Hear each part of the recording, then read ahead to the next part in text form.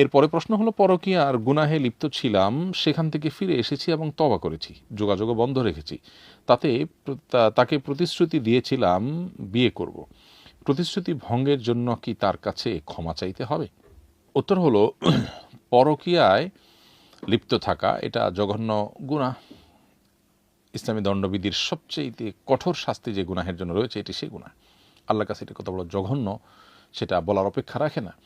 আমরা অনেক পাপ যেটা দেখি শরিয়া অনেক বেশি জঘন্য পাপ হিসাবে চিহ্নিত করেছে, সেটার হয়তো এরকম জঘন্য দিকটা আমাদের চোখে ধরা পড়ে না, বা আমরা বুঝে উঠতে পারি না যে এটা কেন এত জঘন্য।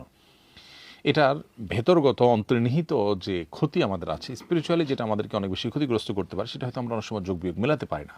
কিন্তু আহকামুল হাকিমিন রব্বুল আলামিন তিনি এত সূক্ষ্ম বিষয়গুলো তার ইলমে আছে যে এ ধরনের ইস্যুতে কঠোর শাস্তি আরোপ করার পেছনে নিশ্চয়ই বহু হিকমা আমাদের রয়েছে। এটি আমাদের বহুবিধ ক্ষতির কারণ হয়। সো এ ধরনের গুনাহে যদি কেউ লিপ্ত থেকে থাকেন, তার তওবা করে ফিরে আসা, আল্লাহর কাছে লজ্জিত হওয়া এবং এমন তওবা করা যে এমন জঘন্য অপরাধ করেছি, অতএব আমি তার বিপরীতে আল্লাহর দিকে ওইরকম ধাবিত হয়ে যাব যাতে করে আমার আগেরটা রিকভার হয়ে যায়, আল্লাহর সন্তুষ্টি আমি সেভাবে পাওয়ার চেষ্টা করবো, সেটি করতে হবে।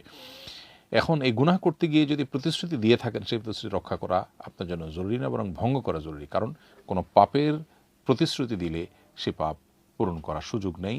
অন্যায়ের প্রতিশ্রুতি রক্ষা করা কর্তব্য না, বরং ভঙ্গ করা কর্তব্য, এবং সেই সাথে আল্লাহর কাছে মাফ চাইতে হবে। আমি একটি সিএ ফার্মে চাকরি করি।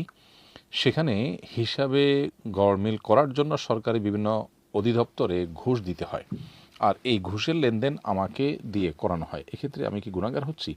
হ্যাঁ, আপনি নিজে যদি এই ঘুষের লেনদেন করতে হয়, তাহলে আপনার এই চাকরি আপনার জন্য করা জায়েজ নেই, যেখানে আপনি প্রত্যক্ষ ঘুষ গ্রহীতা বা ঘুষ দাতার সহযোগীর ভূমিকায় অবতীর্ণ হয়েছেন। এক্ষেত্রে আপনার যে কাজটি করতে হবে তা হলো আপনি আপনার কোম্পানিকে জানিয়ে দেওয়া যে আমি এই কাজগুলো করতে পারবো না, এছাড়া অন্য যে বৈধ কাজ আছে, হালাল কাজ আছে, সেগুলো তোমরা আমাকে দিয়ে করাতে পারো।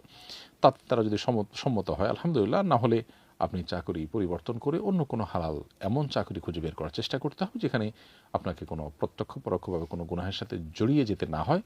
এমনকি সেই চাকরি পরিবর্তন যদি আপনার অর্থনৈতিক একটু অসুবিধার কারণে হয়, তাও আল্লাহর খাতিরে এই কাজটি আপনার করা উচিত।